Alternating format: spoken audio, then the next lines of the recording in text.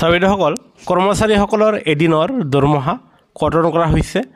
আৰু এই সম্বন্ধে এক জাননী প্ৰকাশ পাইছে যেটো আমি লৈ আহিছোঁ হেহে এই গুৰুত্বপূৰ্ণ ভিডিঅ'টো অসম চৰকাৰৰ অধীনৰ সকলো চৰকাৰী কৰ্মচাৰীসকলে চোৱাটো আৰু জনাটো অত্যন্ত জৰুৰী আনহাতে কৰ্মচাৰী পেঞ্চনৰ প্ৰতিটো হেতে হৰবে আপোনালোকে আমাৰ চেনেল নিশ্চয় লাইক কৰি ভিডিঅ'টো শ্বেয়াৰ আৰু সাবস্ক্ৰাইব কৰিব নাপাহৰিব আৰু হে আমি আপোনালোকক জনাইছোঁ যে আপোনাৰ যি ইয়াত চাব গপ্তম অসমৰ এয়া ধুবুৰী জিলাৰ শিক্ষা বিভাগৰ এক জাননী আৰু এই জাননীৰ ভিত্তিত কোৱা হৈছে যে যিসকল চৰকাৰী কৰ্মচাৰীসকলে যোৱাকালি তাৰ মানে 9 তাৰিখ 4 মাহ 2025 তাৰিখে তেখেতসকলে শিক্ষা হেতুত